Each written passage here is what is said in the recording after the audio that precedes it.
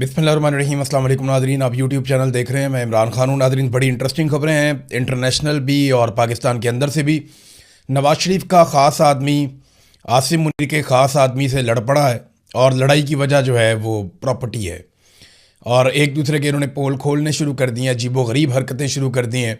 ये बड़ा मज़ेदार एपिसोड है, ये मैं आपके सामने रखूँगा कि ये क्या हुआ, कैसे हुआ और पाकिस्तान में जिस लेवल की चोरी की जा रही है इसके एक और, यानी ये सबूत तो पहले भी मौजूद था, लेकिन इसको दोबारा से ये जब चीज़ें मंजर आम पे आती हैं हर मरतबा बड़ी तकलीफ़ होती है। तो कुछ ऐसे फैक्ट्स हैं जो मैं आपके साथ शेयर करूँगा, आप हैरान हो जाएंगे।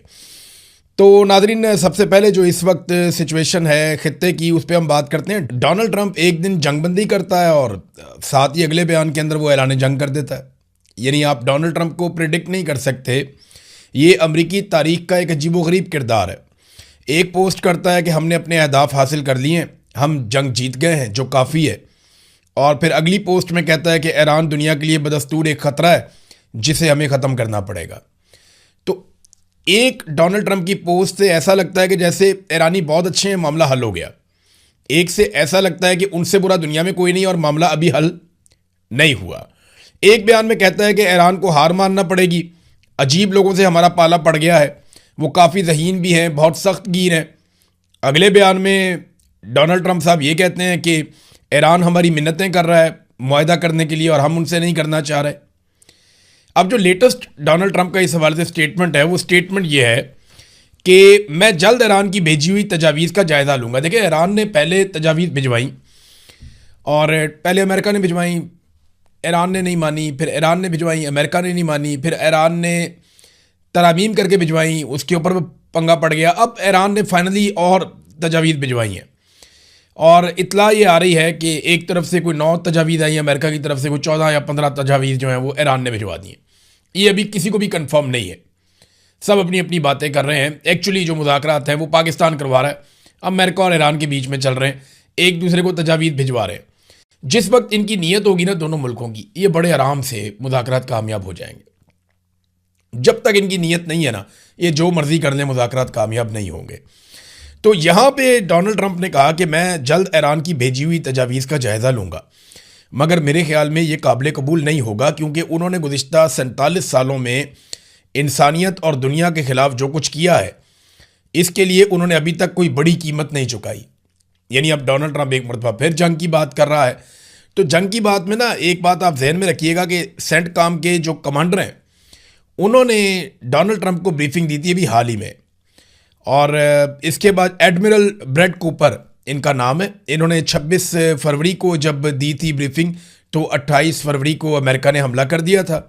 इस मरतबा इन्होंने दोबारा डोनाल्ड ट्रंप को एक ब्रीफिंग दी है कि क्या क्या कुछ किया जा सकता है ईरान के ख़िलाफ़, वो कौन से 3 फौजी ऑप्शन हैं जिनके ऊपर अमल दरामद किया जा सकता है।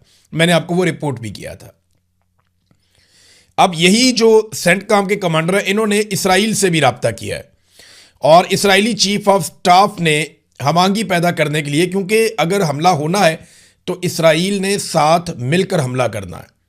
और इस मरतबा अरब ममालिक में भी बहुत सारे दिफाई साजो सामान वो ले रहे हैं, उनकी भी तैयारी है, वो अब किसी और पिच पे हैं। पिछली मरतबा हालात कुछ और थे, इस मरतबा हालात थोड़े से मुख्तलिफ हैं।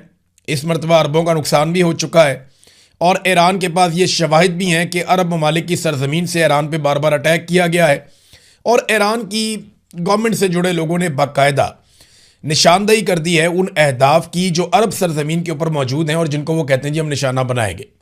चाहे वो सऊदी अरब में है, कतर में है, यूएई में है, बहरीन में है, उर्दन में है, उन्होंने बताया जी हम इन अहदाफ को निशाना बनाएंगे।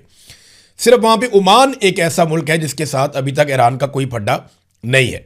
तो सेंटकॉम के जो कमांडर हैं उनका अब रब्ता हुआ इसराइली चीफ ऑफ स्टाफ से, ताकि हमआहंगी पैदा की जाए कि अगर हमला होता है तो किस तरीके से किया जाएगा। और ये खाली इतनी बात नहीं है, डोनाल्ड ट्रंप को ब्रीफिंग देने के बाद सेंटकॉम के कमांडर कोपर जो हैं वो फौरी तौर पे मिडल ईस्ट आ गए हैं।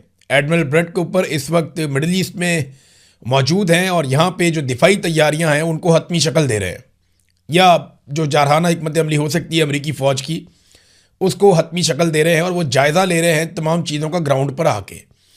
डोनाल्ड ट्रंप से मिलना, वहाँ पे ब्रीफिंग देना और उसके बाद फौरी तौर पे इसराइली चीफ ऑफ स्टाफ से रब्ता करना और फिर खित्ते में उनकी मौजूदगी और वहाँ पे ऑपरेशनल तैयारियों का जायज़ा लेना, ये सारी चीज़ें इशारा कर रही हैं कि अब दोबारा लड़ाई हो सकती है, कशीदगी दोबारा बढ़ सकती है। डोनाल्ड ट्रंप को फेस सेविंग चाहिए। डोनाल्ड ट्रंप ने कई मरतबा कहा कि मैं जंग जीत गया हूँ लेकिन मैं बहुत बड़े मार्जिन से जीतना चाहता हूँ। तो बहुत बड़ी फेस सेविंग डोनाल्ड ट्रंप को चाहिए, जिसके बगैर पॉलिटिकली वो अमेरिका में बहुत बुरी तरह डैमेज हो गया। अमेरिकन का एक देखें, मैंने आपको पहले भी बताया था, अमेरिकन भी एक ऐसी कौम है जो बड़े फ़ख्र के साथ जीते हैं। अब आपको ये अच्छा लगे या बुरा लगे, अमेरिकन के अंदर भी एक बड़ा फ़ख्र है, एक बड़ा प्राउड नेशन है। वो ये कहते हैं जी हम किसी से नहीं हार सकते, हमने सारी जंगें जीती हैं, हम आइंदा भी जंगें जीतेंगे। और उन्हें कमज़ोरी बिल्कुल पसंद नहीं है। यानी वो ये नहीं देख सकते कि उनका प्रेसिडेंट हार गया और जो प्रेसिडेंट हारेगा या पीछे हटेगा वो उसका खुमियाजा भुगतेगा। यानी जिस तरीके से जो बाइडन अफगानिस्तान से निकला, उसका बहुत बड़ा डैमेज हुआ उसको पॉलिटिकली, और बड़ा मजाक उड़ाया उसके मुखालिफिन ने उसका। तो अगर डोनाल्ड ट्रंप यहाँ पे ये अधूरी जंग छोड़ के आ जाता है और ईरान को दुनिया फातेह समझती है, तो अमेरिका को तो डैमेज होगा, डोनाल्ड ट्रंप को पॉलिटिकली और उनकी पार्टी को बहुत बड़ा डैमेज हो जाएगा। तो ये वो चीज़ें हैं जिनकी वजह से खदशा है कि खुदा न खास्ता दोबारा खित्ते में पाकिस्तानी कोशिशों के बावजूद लड़ाई लग सकती है।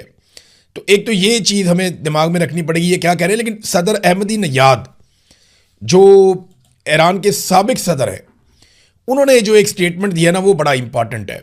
मैंने उनका स्टेटमेंट पढ़ा और बड़ा बामानी किस्म का उन्होंने स्टेटमेंट दिया।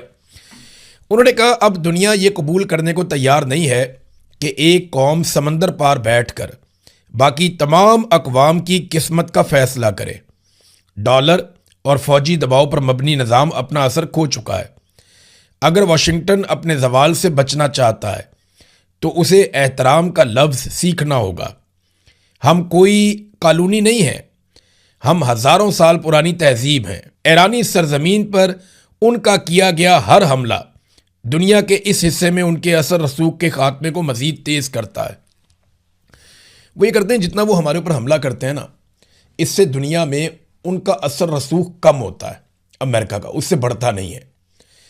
और डॉलर के हवाले से मैं अभी आपको, क्योंकि यहाँ पे बात हुई कि डॉलर के ज़रिए से और फौजी दबाव के ज़रिए से दुनिया को कंट्रोल करते हैं, तो यहाँ एक बहुत बड़ी खबर है, ये भी मैं आपको पढ़ के सुना देता हूँ। चीन और रशिया ने एक बड़ा कदम उठाया है। वर्ल्ड अफेयर्स नाम की जो एक वेबसाइट है, उसने ये खबर भी जारी की है और आलमी मीडिया में छप भी रही है। चाइना ने दो बहुत बड़े कदम उठाए, लेकिन पहले आप ये देख लें कि Russia and China started trade in Russian rouble and Chinese yuan currency only stopping using dollars. वो ये कहते हैं कि रूस और चाइना जो है वो रशिया और चाइना की करेंसी के अंदर ट्रेड करना शुरू हो चुके हैं और सिर्फ इसी में वो ट्रेड करना चाहते हैं ताकि डॉलर का रास्ता रोका जा सके या डॉलर के इस्तेमाल को कम किया जा सके या उसको रोका जा सके। ये डॉलर के लिए अच्छी बात नहीं है। ये दो बहुत बड़ी मईशतें हैं। अगर इनके नक्शे कदम पे एक दो और मईशतें चल पड़ी, फ़र्ज़ करें अगर कल को जर्मनी कहता है कि हम यूरो के अंदर ट्रेड करेंगे, हम डॉलर में नहीं करेंगे। जर्मनी दुनिया की एक और बड़ी मईशत है ना, टॉप 5 के अंदर यही है। इंडिया है, जर्मनी है, जापान है, अमेरिका है, बरतानिया है, फिर रशिया भी टॉप 10 के अंदर आता है। चाइना दुनिया की बड़ी मईशतों में दूसरे नंबर पे है। तो अगर ये ममालिक जो है ये कह देते हैं कि हम अपनी अपनी करेंसी के अंदर ट्रेड करेंगे, और इंडिया जैसा एक बड़ा मुल्क भी ये कहता है कल को कि हम डॉलर में ट्रेड नहीं कर रहे, जिस मुल्क के साथ कर रहे हैं हम दूसरी करेंसीज में देख सकते हैं, तो अमेरिका के लिए बहुत बड़ा इशू हो जाएगा। और अगर डॉलर नीचे जाएगा तो अमेरिका का जो सुपर पावर का स्टेटस है वो ख़तरे में आ जाएगा। चाइना ने एक और स्टेटमेंट दिया है और ये ज़रा सख्त है। देखिए, अमेरिका ने पाबंदियां लगाई हैं कुछ बहरी जहाज़ों पे, कुछ कंपनीज़ के ऊपर, कुछ रिफाइनरीज़ हैं उनके ऊपर, कि वो ईरान के साथ ट्रेड कर रहे हैं। अब इसमें जो स्टेटमेंट दिया है चाइना ने, चीन की वजारत तजारत ने ऐलान किया है कि वो ईरानी तेल खरीदने के इल्ज़ाम में निशाना बनाई गई 5 कंपनियों के खिलाफ अमरीकी पाबंदियों की तामील नहीं करेगा। चाइना ने बाकायदा अमेरिका की पाबंदियां मुस्तरद कर दी हैं। अमेरिका धमकी ये लगाता है कि अगर हमारी पाबंदियां कोई मुस्तरद करेगा तो हम उसके ऊपर टैरिफ लगा देंगे। तो चाइना कहता है लगाओ, हम भी लगाएंगे। अब चाइना इस लेवल पे ट्रेड कर रहा है अमेरिका के साथ और दुनिया के साथ कि इतना आसान नहीं है कि उसके ऊपर आप बड़ा सा टैरिफ लगा दें और यकतरफा तौर पे आप उसको दबा लें। और ख़ास तौर पे उस वक्त जब आपकी फ़ौजें चाइना के करीब मौजूद हैं। यानी चाइना का फासला यहाँ से कम है, अमेरिका का फासला बहुत ज़्यादा है। चाइना थोड़ी सी सपोर्ट करे तो ईरान अमेरिका के लिए बहुत बड़ी मुश्किलात पैदा कर सकता है। तो चीन ईरानी तेल का एक बड़ा ख़रीदार है, ख़ासतौर पर छोटी और आज़ाद रिफाइनरीज के ज़रिए, जिन्हें टी पॉट्स कहा जाता है। ये रिफाइनरियाँ कम कीमत पर फ़रोख्त होने वाले ईरानी खाम तेल पर इन्हिसार करती हैं। अमेरिका जो ईरान की आमदन कम करने की कोशिश कर रहा है, वो इन पर पाबंदियाँ लगा रहा है। चीन का कहना है कि वो अमेरिकी पाबंदियों को तस्लीम नहीं करता। ये वजारत तजारत है चाइना की जिसने ये स्टेटमेंट जारी किया, और चीनी कंपनियों और इदारों को भी इन पर अमल दरामद या इनकी तामील नहीं करनी चाहिए। चाइना के बाद अपना पूरा एक इकनॉमिक वर्ल्ड है, और अगर वो इससे अपने आप को बाहर निकालता है तो ये कोई अच्छी खबर नहीं है अमेरिका के लिए। ये अमेरिका के लिए मुश्किलात बढ़ेंगी आने वाले वक्त में। डोनाल्ड ट्रंप ने अमेरिका को वहाँ पे लाकर खड़ा कर दिया है जहाँ पे अमेरिकन फ़ौज का दबदबा पहले जैसा नहीं रहा। दूसरा, अमेरिकी डॉलर का असर रसूख जो है वो ख़तरे में पड़ गया है। फ़ौजी दबदबा ख़त्म और डॉलर का असर रसूख अगर पीछे चला गया तो अमेरिका दुनिया की इकॉनमी को कंट्रोल करने की वो सलाहियत खो देगा जो उसके पास गुज़िश्ता कई दहाइयों से है, और ये एक अलार्मिंग चीज़ है। डोनाल्ड ट्रंप इसे कैसे कंट्रोल करते हैं इसके बारे में कुछ कह नहीं सकते, लेकिन डोनाल्ड ट्रंप के जो स्टेटमेंट्स हैं वो बड़े अजीबोगरीब आ रहे हैं। एक तो डोनाल्ड ट्रंप ने स्टेटमेंट दिया कि उन्होंने अपनी नेवी की कार्रवाइयों को बहरी कज़ाकी करार दे दिया कि हम बहरी कज़ाकों की तरह काम कर रहे हैं। अब ईरान के जो तर्जुमान है वजारत खारजा के, वो कहते हैं ये स्लिप ऑफ टंग नहीं है, ये डोनाल्ड ट्रंप के मुंह से सच्चाइयाँ निकल रही हैं कि अमेरिकन नेवी वाकई में इस खित्ते में बहरी कज़ाकों का काम कर रही है, लूट मार का काम कर रही है, जो उन्हें नहीं करना चाहिए। फिर एक और स्टेटमेंट जो डोनाल्ड ट्रंप ने दिया, ये देखें आप, हम उनको नोबेल इनाम देना चाहते हैं अमन का। हम कहते हैं जी आप सेवियर ऑफ द वर्ल्ड हैं, आप साउथ एशिया के सेवियर हैं, हम आपको सल्यूट पेश करते हैं। शहबाज शरीफ साहब ने जूते चमका के रख दिए हैं, फील्ड मार्शल ने उनको पता नहीं क्या क्या सुना दिया है। इधर डोनाल्ड ट्रंप की बात सुने, अमेरिका बहुत जल्द क्यूबा का कंट्रोल संभाल सकता है, बहरी बेड़ा तैनात करेंगे क्यूबा के बाहर, ये डोनाल्ड ट्रंप ने कहा। उन्होंने कहा जी ईरान से फारिग होकर जब हमारे बहरी बेड़े वापस आएंगे, ये हम क्यूबा के साहिलों पे खड़े करेंगे, और एक बड़ा तैयारा बरदार जहाज़ क्यूबा के साहिल के करीब तैनात किया जा सकता है। और उन्होंने कहा जी वो सरेंडर करेंगे, इसके इम्कानात हैं। क्यूबा खुद ही हथियार डालने पर मजबूर हो जाएगा और अमेरिका इस मुल्क का कंट्रोल संभाल लेगा। ये सब बहुत जल्द मुमकिन है। यानी आप अंदाज़ा करें कि इस दुनिया में एक अक़वाम मुत्तहिदा भी है, दुनिया में बहुत बड़ी तादाद में ममालिक भी हैं, लेकिन पाकिस्तान ने एक ऐसे शख्स को चुना जो एक के बाद एक जंग शुरू कर रहा है, एक के बाद एक मुल्क में मुदाखलत कर रहा है। यानी ये जितने हज़ारों लोग कत्ल हुए, मासूम बच्चियाँ कत्ल हुई, यूनिवर्सिटीज़ के ऊपर, तालीमी इदारों पे अटैक हुए, अस्पतालों पे अटैक हुए, जो कुछ गज़ा में हुआ, बोर्ड ऑफ पीस बनने के बाद जो कुछ हुआ, क्या शहबाज शरीफ को अभी भी, आपकी राय क्या है इसमें, आप ये बताइए कि क्या शहबाज शरीफ को अभी भी डोनाल्ड ट्रंप को अमन का नोबेल इनाम जो नामजद किया है उस नामजदगी को बरकरार रखना चाहिए, या वो नामजदगी वापस ले लेनी चाहिए इन इक़दामात के बाद? ख़ास तौर पे जब वो ईरान के साथ वो धमकी देते हैं कि हम सिविलाइजेशन ख़त्म कर देंगे। जब डोनाल्ड ट्रंप ये कहते हैं कि सिविलाइजेशन ख़त्म कर देंगे या पूरा मुल्क तबाह कर देंगे, उड़ा देंगे, तो इसका मतलब क्या है? जब वो ये कहते हैं कि हम क्यूबा का कंट्रोल संभाल लेंगे, जब वो एक मुल्क के सदर को उठाकर ले जाते हैं मदूरो को और अपने मुल्क में ले जाकर उसको बंद कर देते हैं, तो ये बहुत अजीब चीज़ें हैं जो दुनिया विटनेस कर रही है। अब आ जाए जरा पाकिस्तान के अंदर नाज़रीन, नवाज शरीफ के ख़ास आदमी अफसार आलम और आसिम मुनीर के ख़ास आदमी मोहसिन नकवी, इनके बीच में एक मामला ठन गया। वजह क्या बनी? अफसार आलम साहब का ये जो बहुत बड़ी एक बिल्डिंग नहीं थी कॉन्स्टिट्यूशन एवेन्यू पे, बिल्डिंग नंबर 1, यहाँ पे पहले होटल बनाना था, बाद में उन्होंने जी फ्लैट बना के बेच दिए। सिक्योरिटी इशू है। अब इसकी पेमेंट भी नहीं की हुई थी। यहाँ पाकिस्तान में तो बहुत 2 नंबरी होती है ना, तो किसी ने ये भी नहीं सोचा कि यार कॉन्स्टिट्यूशन एवेन्यू के ऊपर है, सामने पार्लियामेंट है, सुप्रीम कोर्ट है, हाई कोर्ट है, यहाँ पे साथ ही जो है पार्लियामेंट, आगे जाके लॉजेज आ जाते हैं, कैसे हमारे मुकद्दस इदारे हैं यहाँ पे।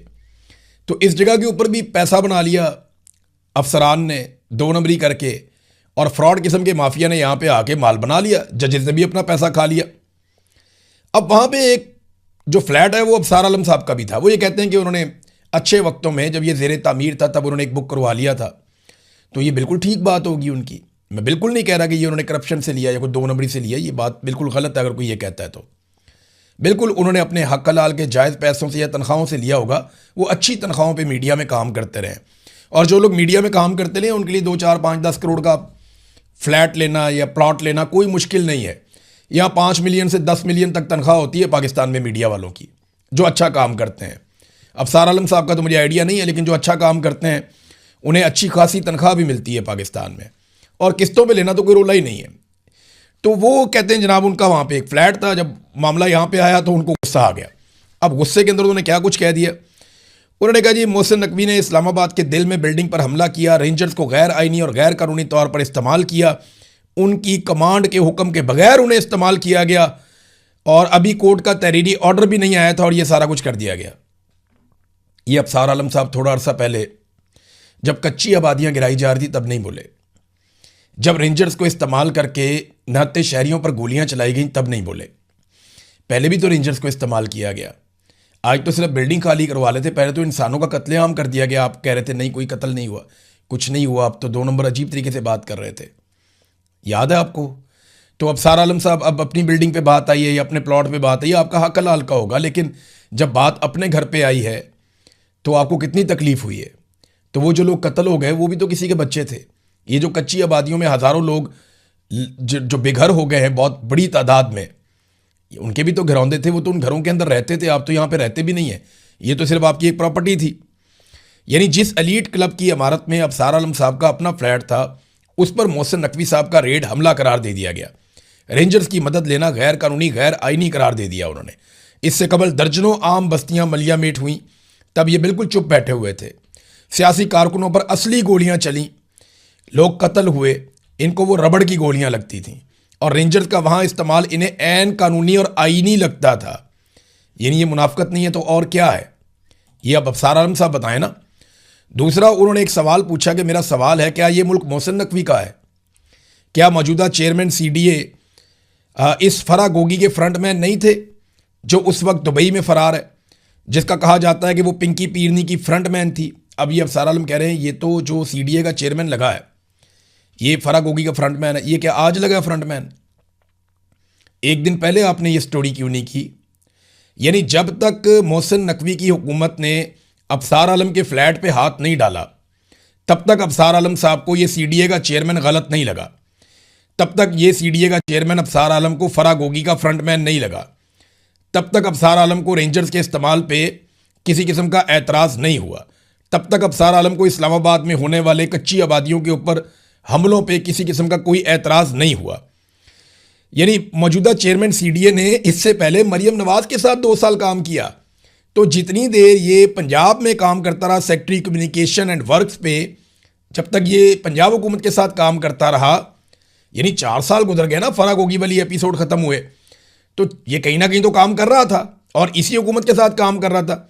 ये पंजाब हुकूमत में मरियम नवाज के साथ 2 साल काम करके आया, तो उस वक्त अफसार आलम ने क्यों नहीं कहा कि ये फरा गोगी का फ्रंटमैन था?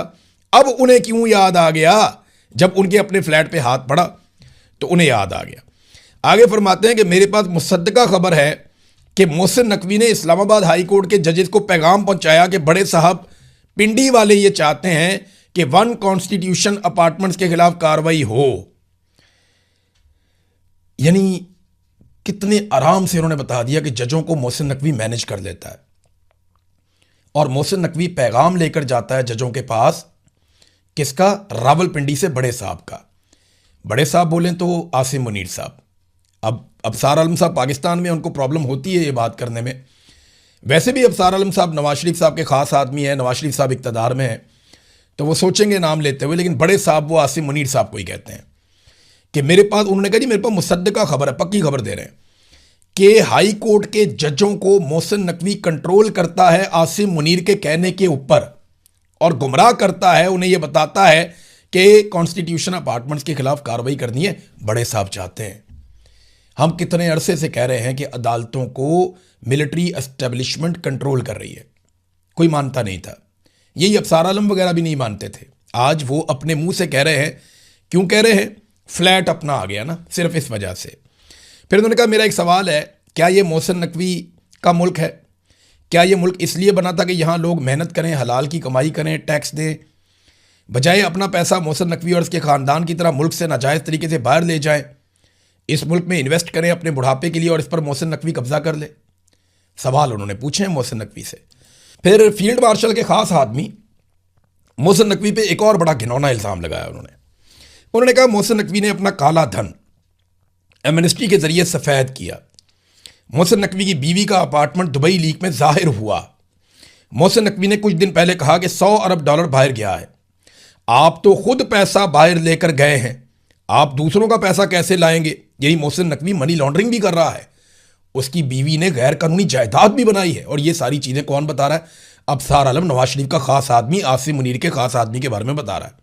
सिंध के मुख्तलिफ एयरपोर्ट पर आज भी जहाज उतर रहे हैं जो काला धन दुबई लेकर जा रहे हैं। यह भी जनाब अफसार आलम ने कहा है। तो नाज़रीन, इसमें घबराने वाली या ज़्यादा खुश होने वाली या परेशान होने वाली कोई बात नहीं है। अफसार आलम का फ्लैट बच जाएगा तो मामला बिल्कुल नॉर्मलाइज हो जाएंगे, उसके बाद कोई ना कोई ये हल भी निकाल लेंगे। लेकिन अच्छी बात यह है कि कम से कम इन्होंने एक दूसरे को एक्सपोज किया और जो बातें हम काफ़ी अरसे से कह रहे हैं उनके सबूत के तौर पे अब इन बयानात को हम सामने रख सकते हैं। नाज़रीन, एक स्टेटमेंट अंसार अब्बासी साहब का भी देखें ना, ये सहाफ़ी कैसे अपने आप को एक्सपोज करते हैं, सीनियर सहाफ़ी कहलाते हैं, यहाँ कई दहाइयों से काम कर रहे हैं। ये देखें इन्होंने क्या कहा। शहबाज शरीफ साहब की तवज्जो के लिए ट्वीट करते हुए कहते हैं कि इस्लामाबाद के जिम्स के अंदर, ये जो एक्सरसाइजिंग वाले क्लब्स होते हैं, जिम्स के अंदर मर्द और ख़वातीन की मुश्तरका एक्सरसाइज से इखलाकी और माशरती मसाइल जन्म ले रहे हैं। मुतअल्लिका हुकाम फौरी तौर पर इन ख़वातीन और मर्दों के लिए अलहदा औकात मुकर्रर करें और उस पर सख्ती से अमल करवाएं। ये जनाब DC इस्लामाबाद को इन्होंने साथ जोड़ के तो ये कह दिया कि जनाब जिम के अंदर इकट्ठी एक्सरसाइज करने से या जिम के अंदर एक्सरसाइज की टाइमिंग एक होने से बड़े शदीद मिसाइल पैदा हो रहे हैं। मेरे दिमाग में ना एक चीज़ आई फौरी तौर पे, और जो मेरे दिमाग में आ रहा था वही मैं हैरान कुन तौर पे मैंने देखा कि हमारी एक बहन है सहरिश मान, उन्होंने एग्जैक्टली वही लिखा हुआ था। मैं उन्हीं का पढ़ के सुनाया तो क्रेडिट भी उनको दे देता हूँ। मेरे दिमाग में एग्जैक्टली यही बातें आ रही थी जो उन्होंने लिख भी दी, तो मैं वहीं से पढ़ के आपको सुनाऊंगा, उन्हीं का क्रेडिट है। उन्होंने कहा, क्या है ये आदमी, पाकिस्तान में औरतों को आधी रात को चादर और चार दीवारी का तगद्दुस पामाल करते हुए बगैर दुपट्टे के बालों से घसीट कर गिरफ्तार किया गया। माओं बहनों बेटियों से जेलें भर दी गईं। जजों के घरों में उनके बेडरूम में खुफिया कैमरे लगाए गए। फिल्में बनाकर मियाँ बीवी के हलाल रिश्ते की तौहीन की गई। तब इन्हें इखलाकी और माशरती मसाइल जन्म लेते नजर नहीं आए। जिम में इनको गुनाह नजर आ गए। मुनाफकत की भी एक हद होती है, ये उन्होंने लिखा। इद्दत वाला केस भी इनको नजर नहीं आया। बेशुमार जरिए वो हामला बच्ची है बेचारी, ईमान मजारी। देखें वो उम्र के लिहाज से बच्ची है, मेरे से उम्र में छोटी हो सकती है लेकिन कद में वो हम सबसे बहुत बड़ी है। उसके बारे में क्यों नहीं बोलते? मारंग बलोच के बारे में क्यों नहीं बोलते? उनकी तौहीन आपको नजर नहीं आती? वहां पे खवातीन का तकद्दुस, उनका एहतराम नहीं होता, वहां पे कोई इस तरह के मसाइल पैदा नहीं होते, वो गुनाह नहीं है, वहां पे ये आदमी कभी बात नहीं करेगा। ये ना बहुत आसान रास्ता ढूंढते हैं, चीप रास्ता ढूंढते हैं अपने आप को खबरों में रखने के लिए। अब तक के लिए इतने, अपना ख्याल रखिएगा, अपने इस चैनल का भी। अल्लाह हाफिज़।